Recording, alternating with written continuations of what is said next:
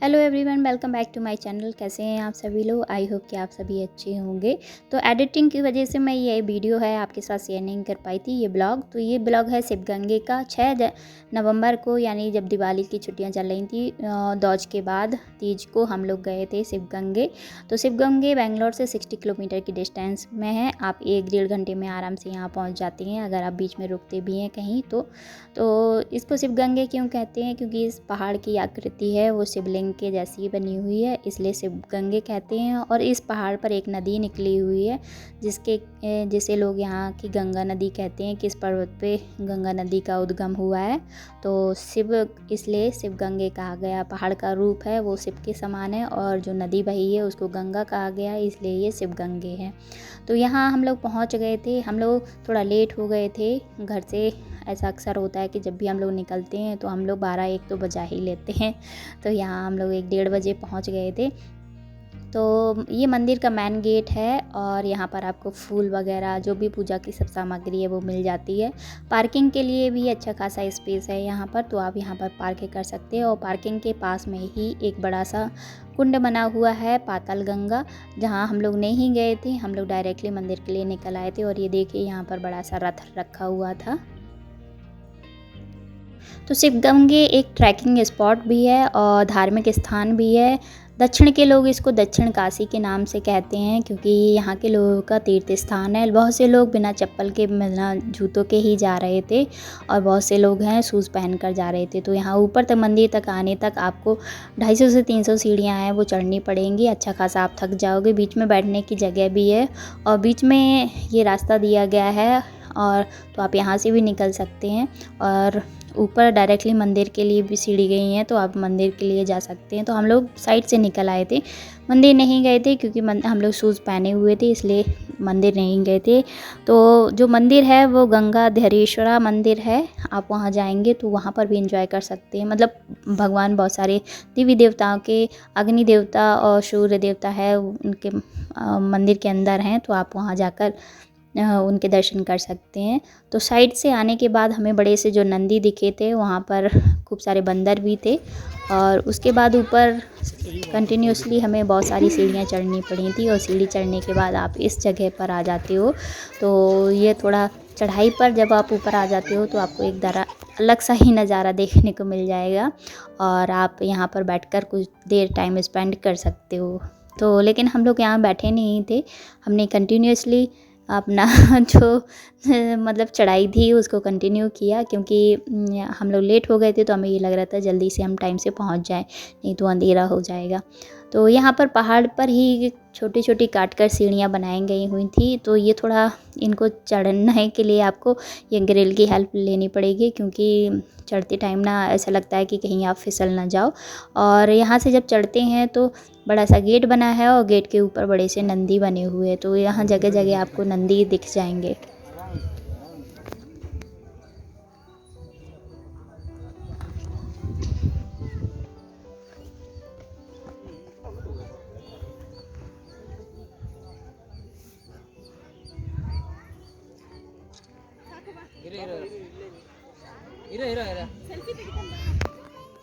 Gate से enter करने के बाद आपको यहाँ पर ये छोटी छोटी हैं स्टॉल हैं, थोड़ा थोड़ा डिस्टेंस पे मिल जाएगी। तो आप आराम से बैठकर पानी और जो भी कुछ हल्का फुल्का खाना है वो खा सकते हैं।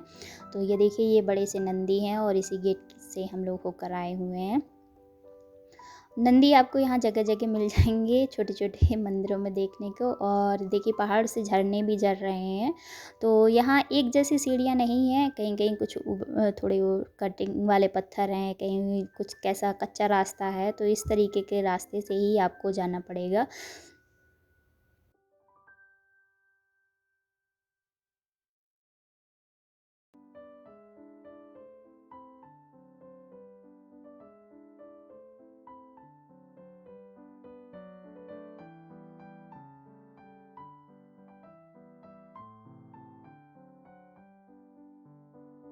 पहाड़ पे आपको झरने देखने को मिल जाएंगे, और ये देखिए पानी दिखता रहेगा आपको। छोटे छोटे स्टॉल्स हैं, और जगह जगह थोड़ी थोड़े लोग बैठे दिखेंगे खाते पीते हुए।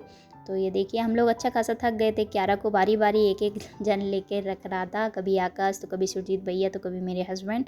तो इस तरीके से क्यारा आराम से एंजॉय कर रही थी और हम लोगों ने मास्क पहने थे क्योंकि उस टाइम नवंबर में ऐसा कुछ ज़्यादा कोरोना केस नहीं थे, फिर भी अपनी सेफ्टी अपने हाथ होती है। आप लास्ट वाली जो क्लिप देखी होगी उसमें इसी तरीके की सीढ़ियाँ थी, उसके बाद भी आगे भी ऐसे ही सीढ़ियाँ और भी मिली हमको। तो इस तरीके से कभी कैसा रास्ता कभी कैसा रास्ता, तो जब आप चढ़ेंगे ना तो आपको डिफरेंट तरीके के रास्ते दिखेंगे। कभी कच्चा रास्ता तो कभी इस तरीके का जंगल जैसा रास्ता है। यहाँ पे देखिए बड़ी बड़ी घास लगी हुई है और बीच से ये देखिए पत्थरों के भी पत्थर डले हुए हैं।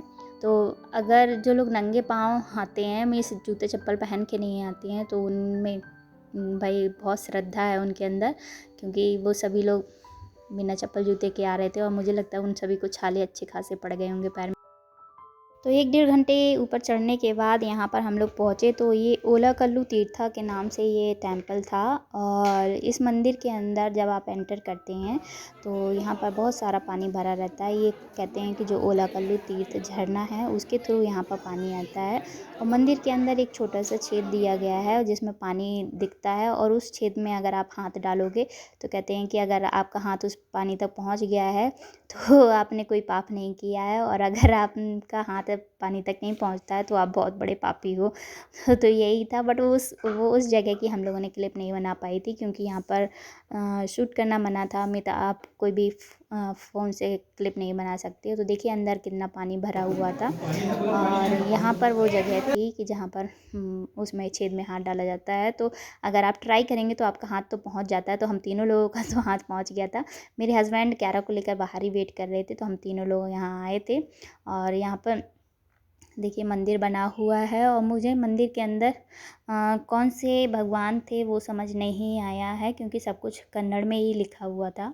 लोगों से जो मैंने पूछा तो उनको हिंदी समझ में नहीं आ रही थी और वो इंग्लिश में भी रिप्लाई नहीं दे पा रहे थे, वो प्रॉपर कन्नड़ ही बोल रहे थे। तो मुझे नहीं समझ आया कि कौन से भगवान हैं ये। आई थिंक जब ये ओलाकल्लू तीर्थ है तो ओलाकल्लू जो भी भगवान होंगे वही होंगे। तो उसके बाद हम लोग वहाँ से निकल कर फिर कंटिन्यू किए। तो देखिए हमें जो ऊपर छोटी सी चोटी दिख रही है बस वहीं तक जाना है और यहाँ पर आपको एक बड़ा सा ये गेट मिल जाएगा जो कि केवल पत्थरों से बना हुआ है, बड़ी बड़ी चट्टानों से बना हुआ है। तो यहाँ मेरे हस्बैंड पहले भी आ चुके हैं और वो अपने सारे कलीग्स के साथ में आए हुए थे। तो इस जगह पर वो बोल रहे थे कि तुम लोगों को घुमाने ले जाना है।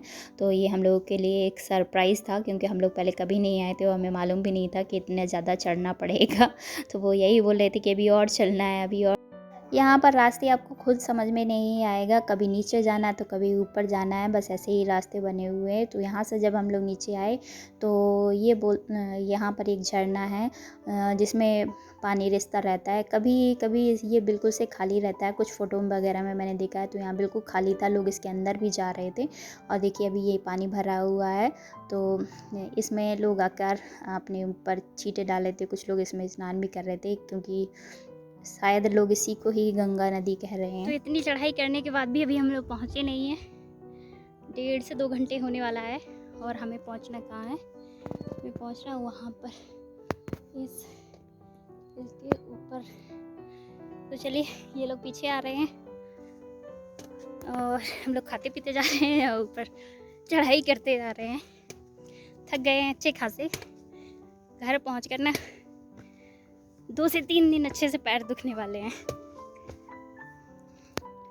तो हमें अभी इस रास्ते से ऊपर जाना है और हम इधर नीचे से आए हैं। नीचे तो अभी कुछ नहीं दिख रहा है। यहाँ बैठने का स्पेस भी है। यहाँ पर लोग खाते पीते हैं और कितना सब कचरा इधर ही फैला के रखा है।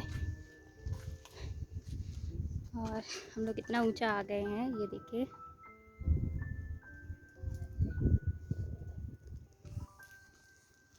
सारे लोग बॉटल्स लेते हैं, पीते हैं और इधर ही फेंक देते हैं।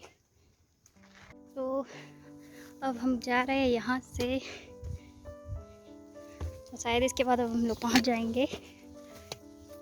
छोटी छोटी सी रास्ते, छोटी छोटी सी सीढ़ियों ने ही सबसे ज़्यादा थका। तो इन छोटे छोटे रास्तों से ही हमें जब ऊपर तक आने में ही हमें मतलब 1 डेढ़ घंटा या क्या, उससे ज़्यादा ही शायद 2 घंटा लग गया होगा ऊपर तक पहुँचने में।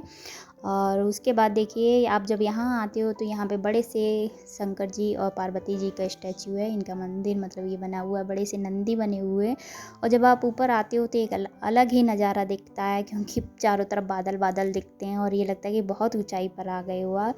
जब आप कैमरा से कैप्चर करते हो तो आपको वो चीज़ समझ में नहीं आती है। शायद डेप्थ मोड पे मुझे ये क्लिप लेनी चाहिए थी, तो ये शायद क्लियर आता, तो वही समझ में आता कि ये कितनी ऊंचाई पर थे हम लोग। और यहाँ पर देखिए क्यारा और सुरजीत भैया आ गए हैं। तो यहाँ आने के बाद मैं, मेरे हस्बैंड और क्यारा हम लोग यहीं बैठ गए कुछ देर, और आकाश और शिवजीत भैया है वो आगे निकल गए थे। लेकिन मैंने थोड़ा डिसाइड किया कि मैं अकेले जाऊँ या नहीं जाऊँ, क्योंकि ये लोग बहुत पहले निकल गए थे। फिर मैंने सोचा कि मैं जब यहाँ तक आई हूँ तो आगे भी जाना चाहिए। तो मेरे हस्बैंड क्यारा को लेकर नीचे ही बैठे और मैंने आगे कंटिन्यू किया। डर तो लग रहा था, फिर वही डर के आगे जीत है, तो फिर मैं अकेले अकेले चले गई, क्योंकि साथ में सुरजीत भैया और आकाश भी नहीं थे। ये बहुत आगे निकल चुके थे, यहाँ ये मुझे रास्ते में कहीं नहीं मिल दिखे थे। जो सीढ़ियाँ हैं वो बस ऐसे ही पत्थर से काट काट कर बनाई हैं, और ये रेलिंग लगा दी गई है। रेलिंग भी बड़ी अच्छी खासी नहीं थी। बहुत डेंजरस प्लेस है ये, और यहाँ पे सीढ़ियाँ चढ़ते चढ़ते थक गए हम लोग, बहुत ऊंचाई पर आ गए हैं, ये देखिए। और सीढ़ियाँ स्ट्रेट ही है।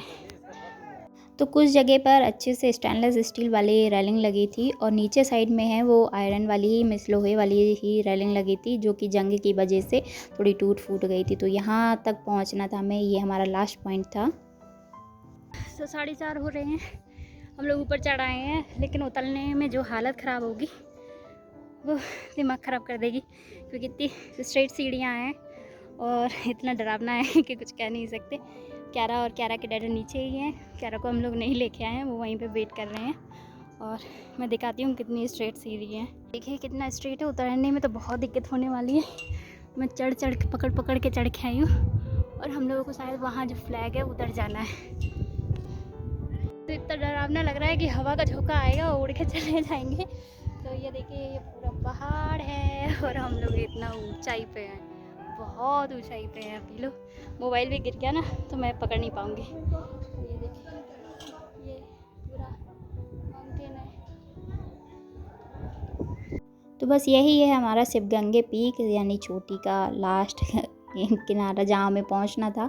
तो यहाँ पर बड़े से नंदी बने हैं, और देखिए यहाँ पर भी पहाड़ों को काट काट के बिल्कुल छोटी छोटी सी सीढ़ियाँ बनाई गई हैं, और ऊपर एक रेलिंग लगी है जहाँ बिल्कुल खड़े होने की भी स्पेस नहीं है, आपको पकड़ कर ही खड़ा होना पड़ेगा। और एक जगह से दूसरे जगह आप जब ऐसे घूम कर जाते हो तो बिल्कुल पतली सी रेलिंग है, जिस पे पैर रख के ही आपको जाना पड़ता है। तो यहाँ पहुँच कर बस आपको ये लगता है कि भाई हमने तो फतेह कर ली है, मतलब आपने जंग जीत ली है इतना ऊंचाई पर आकर। तो बस यही है कि भाई आप जब यहाँ पहुँचती हो तो एक बहुत अच्छा रिलैक्स मिलता है आपको, मतलब एक खुशी भी होती है कि आप इधर आ गए हो। और नंदी जो बड़े से नंदी बने हैं, तो यहाँ पर घंटी भी वगैरह लगे थे। आप यहाँ पर दान पुण्य जो भी करना है, पैसे वगैरह वो भी डाल सकते हैं। तो इस पहाड़ की एक चोटी पर, मतलब एक किनारे पर नंदी बने हुए हैं, और दूसरे साइड आप जब आओगे तो यहाँ पर एक मंदिर बना है, गणेश टेम्पल, भगवान गणेश का मंदिर बना हुआ है। और इस साइड से आने के बाद ये एक बड़ा सा जो स्तंभ है वो बना हुआ है, जिसे सांथिला या सिथिला ऐसा पीक कुछ बोलते हैं।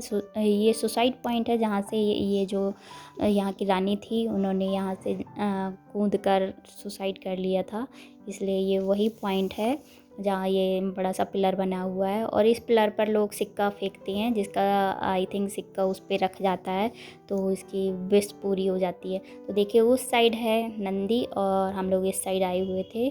तो हाँ, इस तरीके से आप देखेंगे तो आपको पूरा समझ आएगा कि वहाँ पर नंदी बने हुए हैं एक चट्टान पर, और इस तरफ ये मंदिर वगैरह है, सब बना हुआ है। तो 15 से 20 मिनट यहाँ रहने तक मतलब 5 बज गया था, और अब हमें नीचे जाना था। तो जितना चढ़ने में डर लग रहा था उससे ज़्यादा उतरने में डर लग रहा था, क्योंकि उतरते टाइम ना पैरों में एक तरीके की लचक जैसी आ रही थी, क्योंकि छोटी छोटी सीढ़ियाँ हैं तो ऐसे पकड़ पकड़ कर ही उतरना पड़ रहा था। चढ़ते टाइम तो आपको केवल चढ़ना होता है, लेकिन उतरते टाइम जो पत्थर कभी टेढ़े हैं, कभी कैसे हैं, तो उसी हिसाब से पैर रखना पड़ रहा था। तो इस वजह से यहाँ पे ये लग रहा था कहीं पैर में मोच ना आ जाए। और मैंने जहाँ जहाँ पर दर्शन करने गई थी, मैं वहाँ सभी जगह पे जूते उतारे थे। तो सुरजीत भैया और आकाश मुझे पहले ही ये लोग पहुंच गए थे। जब मैं पहुंची तो इन्होंने दूर से देखा और वो कहने लगे, अरे ये कहाँ से घूम फिर कर आ गई है, इसने तो प्लान ही नहीं किया था ऊपर आने का। बट उन्होंने जब देखा तो फिर हम सब तीनों लोग मिलकर फिर नीचे आए। तो मैं और आकाश आराम आराम से आ रहे थे। सुरजीत भैया पहले निकल गए थे क्योंकि क्यारा और मेरे हस्बैंड ने वो लोग वेट कर रहे थे नीचे। तो सुरजीत भैया जल्दी पहुँच गए थे। हमें थोड़ा पहुँचने में टाइम लगा था क्योंकि मुझे उतरने में थोड़ा टाइम लग रहा था, क्योंकि मुझे डर लग रहा था कि कहीं पैर में मोच ना आ जाए। तो ये हमारा दक्षिण काशी के नाम से भी जाना जाता है। शिवगंगे को लोग दक्षिण काशी भी कहते हैं। और ये लोग यहाँ के लोगों के लिए बहुत मतलब एक तीर्थ स्थान की तरह है। जैसे नॉर्थ में इतने सारे तीर्थ स्थान हैं, उसी तरीके से साउथ में बहुत सारे तीर्थ स्थान हैं, उन्हीं में से एक ये आता है। तो जब कभी आप यहाँ आते हैं साउथ में तो एक बार यहाँ शिवगंगे ज़रूर आएँ घूमने के लिए। वन डे ट्रिप में आप नंदी हिल भी घूमने जा सकते हैं। और नंदी हिल में सनराइजिंग और सनसेट पॉइंट भी है, मतलब आप सनराइज़ और सनसेट देख सकते हैं अच्छा खासा। और यहाँ पर भी आप अगर जल्दी आते हैं तो सुबह का उगता हुआ सूरज देखेंगे तो उसका नज़ारा ही अलग होता है। तो आप अगर यहाँ आते हैं तो जल्दी आइए। नंदी हिल वाला भी ब्लॉग मैंने आपके साथ शेयर किया है, अगर आपने वो नहीं देखा है तो प्लीज़ जाकर आप उसको देखिए। तो नीचे उतरते उतरते अच्छी खासी हम शाम हो गई थी, मीन्स 7 बज गया था। और देखिए बीच में ये मंदिर है और ये हम लोग सीढ़ी नीचे उतर कर पहुँच रहे हैं। तो जैसे ही आप नीचे पहुँचते हैं तो ये हमारा जो मेन गेट है, आप मेन गेट पर ही आप वहाँ पर शूज़ रिमूव कर सकते हैं। और वैसे यहाँ पर कोई इंस्ट्रक्शन नहीं दिया गया था कि आप शूज़ पहनकर नहीं जाएं। हमने बहुत से लोगों से पूछा भी था तो लोग बोल रहे थे कि नहीं, आप जूते पहनकर भी जा सकते हैं। तो यही था मेरा ब्लॉग शिवगंगे वाला। आई होप कि आपको पसंद आए तो प्लीज़ लाइक करना और शेयर करना और कमेंट करना मत भूलना। चैनल पर नए हो तो सब्सक्राइब कर